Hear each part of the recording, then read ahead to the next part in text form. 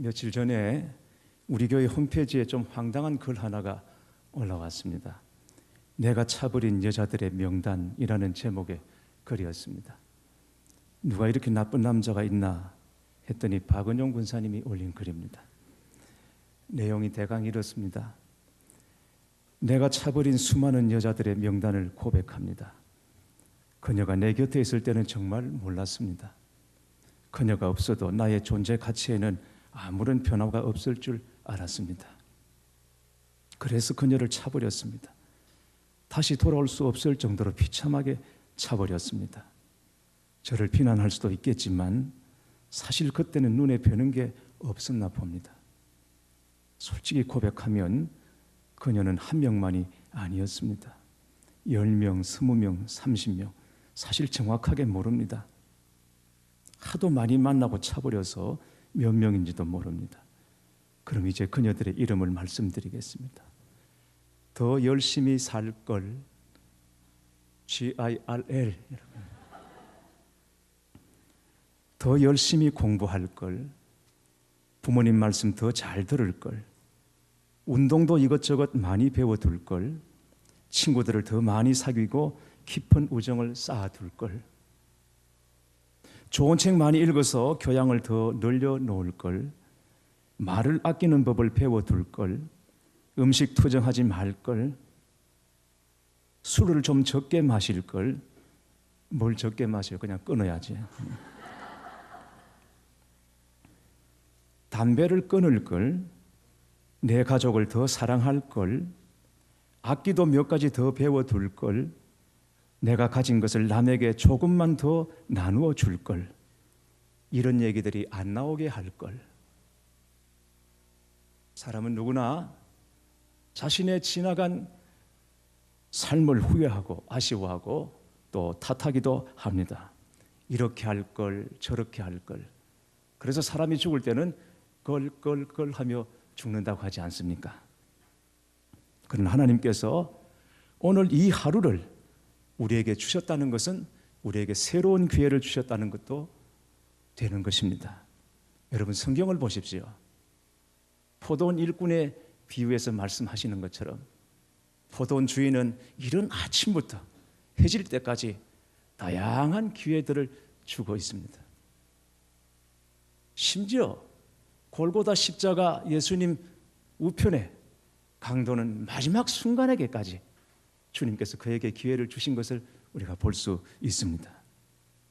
문제는 오늘 이 하루가 내게 기회인 줄 알고 하나님이 말씀하실 때 믿음으로 반응하고 순종하기로 결정하는 것입니다.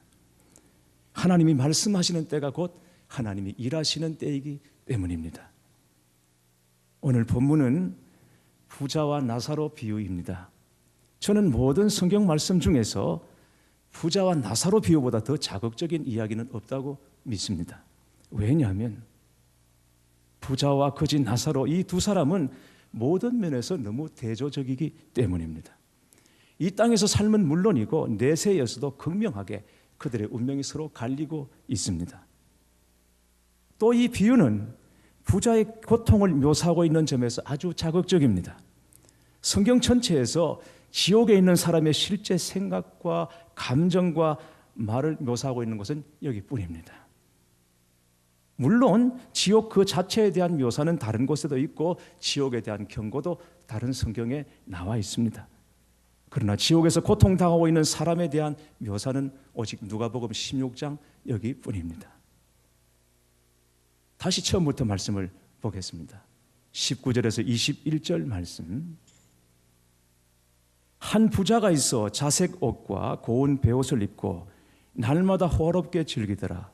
그런데 나사로라 이름하는 한 거지가 헌데투성이로 그의 대문 앞에 버려진 채 그 부자의 상에서 떨어지는 것으로 배불리려 하며 심지어 개들이 와서 그 헌데를 핥더라. 여기 한 부자가 나옵니다. 그는 자색 옷과 고운 베옷을 입었습니다. 자색은 짙은 보라색입니다. 아마 제가 하고 있는 이 넥타이 색깔과 비슷하다고 보시면 될 것 같습니다. 이것은 특권층이나 입을 수 있는 것이었어요. 사용할 수 있는 것이었어요. 주로 제사장들이나 귀족, 왕족들이 입었던 로열 컬러였습니다. 지금도 고위 성직자들이 입는 옷 색깔이 보라색, 자색입니다. 가톨릭에는 성직의 구분이 있지 않습니까? 그래서 그 성직들 구분마다 입는 옷이 다 정해져 있습니다. 입을 수 있는 것과 입을 수 없는 색깔이 정해져 있습니다. 우리 감리교에서는 감독님들이 입을 수 있는 옷의 색깔이 자색, 보라색 셔츠 가운이고, 가톨릭에서는 주교급 이상이 입을 수 있는 색깔이 바로 이 자색입니다.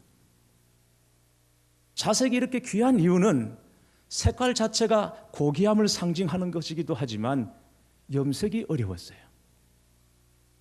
염료를 구하기가 너무 어려웠어요. 뿔고동이나 달팽이 12,000마리를 잡아야 겨우 1.4g 정도의 염료를 얻을 수 있을 정도로 그렇게 귀한 것이었습니다. 그런데 이 부자는 그렇게 염색된 자색 옷을 집에서 입고 살았습니다. 뿐만 아니라 속옷은 베옷을 입었다고 그랬어요. 아마프라고 그러죠. 리넨 원단입니다. 이런 옷을 입고 살았던 사람이 이 성경에 나오는 부자입니다. 그는 먹는 게 달랐습니다. 연일 호화롭게 연락했습니다. 이틀이 멀다 하고 잔치를 벌였습니다. 부자는 사는 집도 달랐습니다. 그의 집은 대문이 있었습니다. 당시에 보통 사람들은 울타리 없이 그냥 살았습니다. 그러나 이 부자는 대문 달린 집에서 살았습니다. 부자가 이렇게 날마다 호의호식하고 있을 때 그의 집 대문 앞에는 나사로라는 거지가 있었습니다. 그는 헌데투성의 몸으로 구걸을 하고 있었습니다. 부자의 상에서 떨어지는 부스러기로 배를 채우고 연명하고 있었던 것입니다. 유대인 남자들은 수염을 깎지 않고 덥수룩하게 기르고 다닙니다. 오늘날에도 정통 유대인들은 그렇게 수염을 기르고 다닙니다. 이런 사람들에게 골칫거리가 있습니다. 좀 어려운 점이 있습니다. 불편한 점이 있어요. 그게 뭐냐면 음식을 먹을 때 수염이 다 묻고 떨어진다는 것이죠.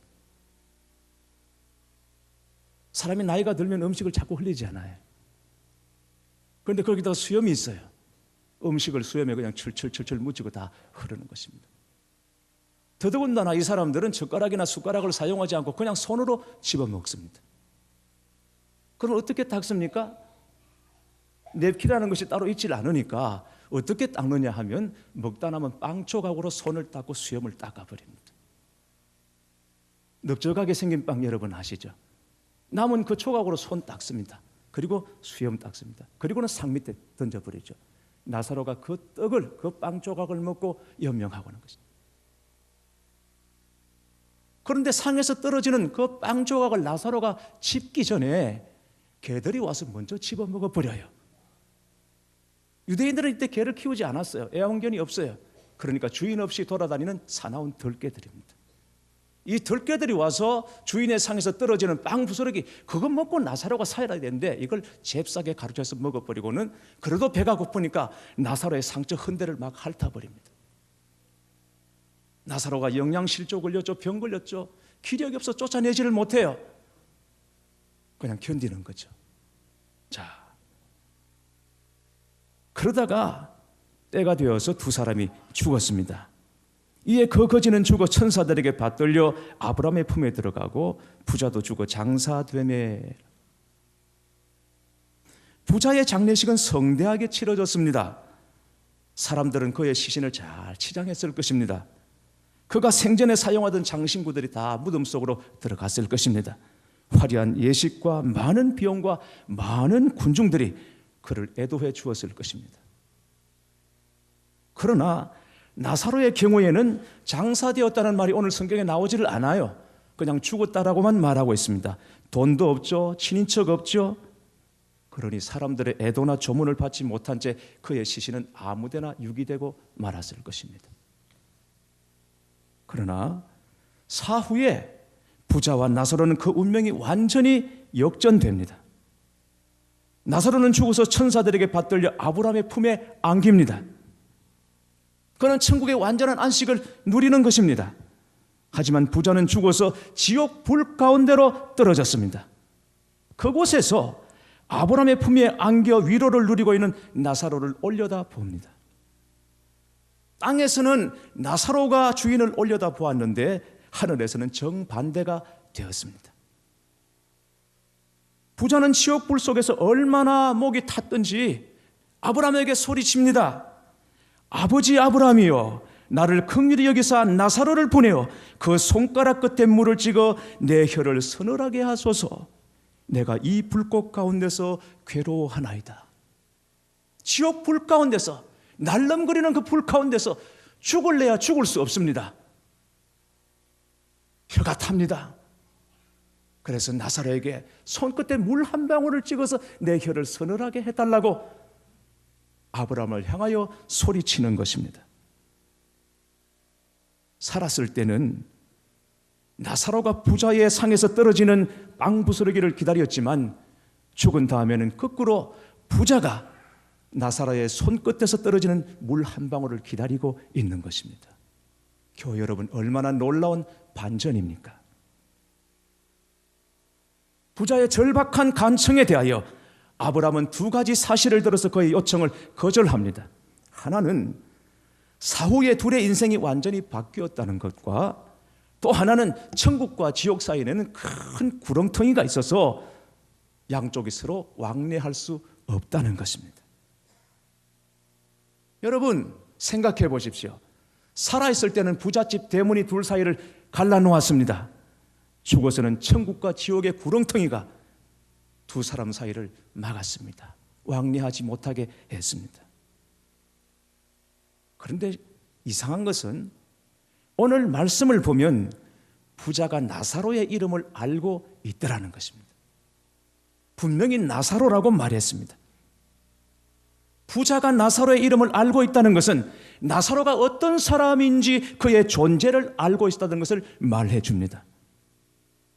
나사로가 어떤 사람인지, 자기 집 대문 밖에서 굶어 죽어가고 있는, 병들어 죽어가고 있는 나사로가 어떤 사람인지 알고 있었으나 부자는 철저히 무관심했습니다. 냉담했습니다. 생전에 눈길조차 한번 주지 않았던 그 나사로를 이제야 바라보는 것입니다. 어떤 생각이 들었을까?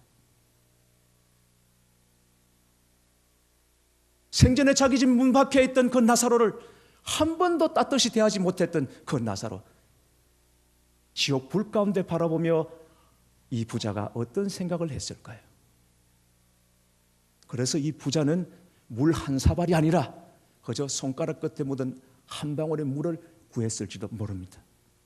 너무 부끄럽고 염치 없어서.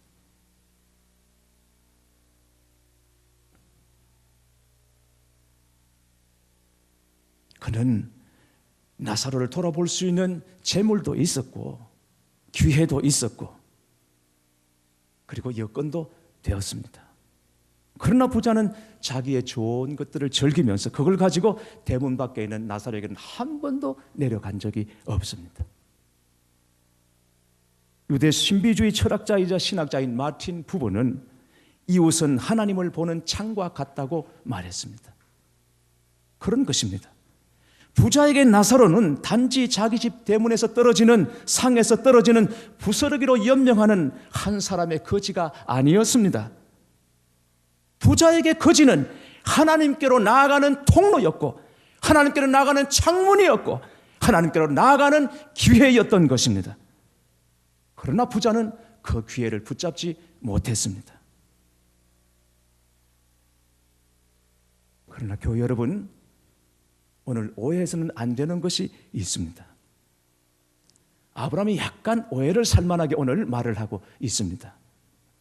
예, 너는 땅에서 좋은 것을 가졌고 나사로는 고난을 받았으니, 나사로는 천국에서 위로를 받고 너는 괴로움을 당하는 것이 마땅하다 했습니다.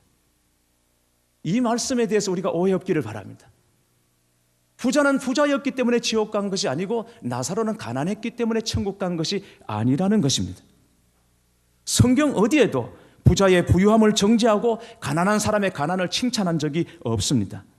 다만 이들이 어떻게 살았는지는 그들의 이름을 통해서 약간의 힌트를 얻을 수 있습니다. 나사로는 히라보 그리스어입니다. 히브리 말로는 엘리에셀이라고 합니다. 엘리에셀, 번역하면 하나님이 도우신다. 여러분, 성경에 엘리에셀이 어디 나오죠? 엘리에셀이 누구입니까? 어디예요? 사무엘서에도 나옵니까? 엘리에셀이 어떤 사람이죠? 기다려봐요. 선한 것이 안 나올 것 같아요. 엘리에셀은 아브라함의 종입니다. 아주 신실한 종이었죠. 아들 이삭의 아내를 얻기 위해서 아브라함이 엘리에셀을 고향으로 보내죠. 거기서 풍성한 접대 다 내려놓고 주인의 명을 이루기까지는 먹지도 마시지도 않겠다고 충성스러움을 표시했던 사람이 엘리에셀입니다. 그런데 나사로가 엘리에셀입니다.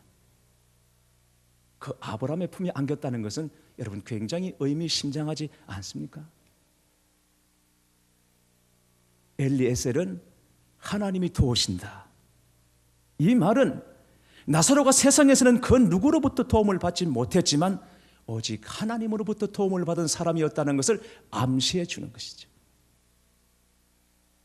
세상적으로 바랄 것이 없었던 나사로는 아무도 그를 돕지 않고 주목하지 않고 그에게 온정을 베풀지 않았지만 그는 하늘로 눈을 돌려서 하늘 하나님께, 아버지께 도움을 바라고 오직 주님만 바라고 주님만 위로와 소망으로 삼았던 것이죠. 반면에 부자는 이름이 안 나와요. 그냥 부자라고만 했어요. 단지 그의 영적인 상태를 가늠해 볼 수 있는 것은 그가 음부의 고통 속에서 아브라함에게 도움을 간청하는 장면입니다. 아버지 아브라함이여 나를 긍휼히 여기사. 아버지 아브라함이여 나를 긍휼히 여기사. 사실 이건 기도거든요. 기도는 누구한테 하는 거죠? 하나님께 하는 거예요. 그런데 아브라함께 기도를 하고 있는 것입니다. 여기 이 부자는 유대인입니다. 유대인 중에서도 바리새인입니다. 오늘 본문의 배경이 14절에 나옵니다. 누가복음 16장 14절에 바리새인들은 돈을 좋아하는 자들이라 이 모든 것을 듣고 비웃거늘. 이 말씀이 무슨 말이냐? 지난주에 우리가 불의한 청지기 비유를 배웠죠. 불의의 재물로 친구를 사귀라. 세상에 있는 재물이나 자기의 은사나 시간이나 이 모든 것, 관계나 이 모든 것을 가지고 연약한 자들, 힘없는 자들, 가난한 이웃들을 섬기면 그게 진짜 지혜로운 삶이다. 그게 지혜로운 청직이다라는 말씀을 주님께서 하셨을 때, 이 말씀을 하셨을 때 듣는 무리들이 비웃었습니다. 바리새인들은 돈을 좋아하는 자들이라 이 모든 것을 듣고 비웃건을 주님께서 불의한 청지기 얘기하셨을 때 비웃었습니다. 그 비웃는 무리 중에 한 사람이 오늘 본문의 부자인 것입니다. 그는 예수님의 말씀을 웃음거리로 여기고 대신 자신이 아브라함의 혈통, 아브라함의 자손이라는 것만 자랑으로 여기고 있었습니다. 누구보다도 그는 하나님을 사랑한다고 자부했겠죠. 그러나 그에게는 하나님이 없었습니다. 그냥 자기의 것을 즐기며 자기 만족에 빠져 살았을 뿐인 것입니다. 이것을 보면 C.S. 루이스가 왜 고난은 위장된 축복이라고 말했는지 알만합니다. 시련이나 고난이 하나님을 더 가까이 하게 하고 하나님을 더 풍성히 경험하게 하는 것이라면 시련도 고난도 우리에게는 영적인 부여가 될 수 있다는 것입니다. 여러분, 원양에서 고기를 잡아서 산채로 가지고 오는 것은 굉장히 중요한 일이에요. 화로를 가지고 와야 제대로 억가를 먹일 수 있습니다. 죽은 고기 가져오면 억가가 뚝 떨어지게 됩니다. 그래서 어부들의 관심은 어떻게 해서 이 살아있는 채로 고기들을 가지고 항구로 들어오느냐, 쉽지 않았어요. 그러나 지혜로운 어부는 잡아놓은 어항 속에 상어나 바다메기를 몇 마리 집어넣습니다. 물론 고기 중에 몇 마리는 죽겠지만 대부분의 고기들은 산채로 화로 상태로 항구에까지 돌아오게 됩니다. 왜 그렇습니까? 살아남기 위해서 몸부림쳤고 움직였기 때문인 것입니다. 제가 여러분께 제발 좀 기도 좀 하시라, 예배드릴 때 전심을 다하여 하나님께 예배드리고 우리가 주님 앞에 깨어있는 삶을 살자. 여러분 각자의 형편을 감안하더라도 제가 이런 말씀을 드리는 것은 거의 메아리에 가깝다고 저는 생각합니다. 그러나 진짜 사정이 절실하고 다급해지면 기도하라 마라 할 것이 없습니다. 그냥 어디에서나 무릎 꿇게 됩니다. 하나님 붙잡고 의지하게 되는 것입니다. 급하면 스님들도 아이고 하나님 찾는다고 하지 않습니까? 그렇다고 여러분에게 어려움을 달라고 기도하는 목사가 어디 있겠습니까? 형통할 때 깨어서 기도하고 평범한 일상 중에 더욱 낮아지고 겸손해져서 하나님만 의지할 수 있다면 그게 진짜 복이요 성숙한 그리스도인인 줄 믿으시기를 축원합니다. 어쨌든 부자는 아브라함으로부터 절망적인 대답을 들었습니다. 갈 수 없다는 것입니다. 서로 왕래할 수 없고 물 한 방울조차도 찍어서 혀를 서늘하게 할 수 없다라고. 그러자 또 다른 부탁을 합니다. 이르되 그러면 아버지여 구하노니 나사로를 내 아버지의 집에 보내소서. 내 형제 5이 있는데 그들에게 정언하게 하여 그들로 이 고통받는 곳에 오지 않게 하소서. 이 사람에게는 5명의 형제가 있습니다. 자기가 지금 지옥 가서 그 지옥불 가운데 고통받고 있는데 아직 살아있는 형제들만은 제발 여기 오지 않게 해달라고. 제가 그렇게 살다가 여기 온 것처럼 제 형제들도 그대로 살다가는 필시 여기 올 수밖에 없는데 그들만은 제발 여기 오지 않게 해달라고. 그런데 웬만해서는 말 안 들으니까, 어지간해서는 그 사람들이 말을 안 들으니까 나사로를 다시 보내주셔서 천국도 보고 지옥도 본 사람이 정언해주면 그들의 마음이 움직이지 않겠냐. 그러니까 나사로를 보내서 제 형제들에게 정언하고 권면하게 해달라고 부탁을 합니다. 그러나 아브라함은 말합니다. 그들에게 모세와 선지자들이 있으니 그들에게 들을지니라. 모세와 선지자들에게 듣지 아니하면 비록 죽은 자 가운데서 살아나는 자가 있을지라도 권함을 받지 아니하리라. 소용없다는 것입니다. 나사로 보내봤자 소용이 없다는 것입니다. 왜? 여기서 이미 주어진 말씀 듣지 않으면 죽었다가 다시 깨어나서 가서 기적같이 말씀을 전해도 그 사람들은 결코 받지 않을 것이다. 이미 지금 이 자리에서 주어진 것, 그 말씀 듣고 청종하는 것이 중요할 뿐이지 다른 기적 같은 거, 그런 거 바라지 말라는 것입니다. 성경을 통해서 하나님 만나지 못하면, 성경을 통해서 하나님 말씀 듣지 못하면 비록 부활하신 예수님께서 가서 직접 말씀하셔도 듣지 않는다는. 그러니까 무슨 말입니까? 말씀으로 오늘 하나님 만나는 이 시간이 저와 여러분에게 기회인 줄 믿으시기 바랍니다. 기회는 언제나 오늘입니다. 내 귀에 하나님의 말씀이 들려지는 때가 하나님께서 내게 주시는 기회인 줄 믿으시기 바랍니다. 사랑하는 교회 여러분, 오늘 비유 속에 등장하는 인물과 여러분을 비교한다면 여러분은 누구와 닮았다고 생각하십니까? 오늘 비유에는 부자가 나오고 거지 나사로가 나오고 아브라함이 나옵니다. 또 누가 나옵니까? 저를 보지 마시고 말씀을 보십시오.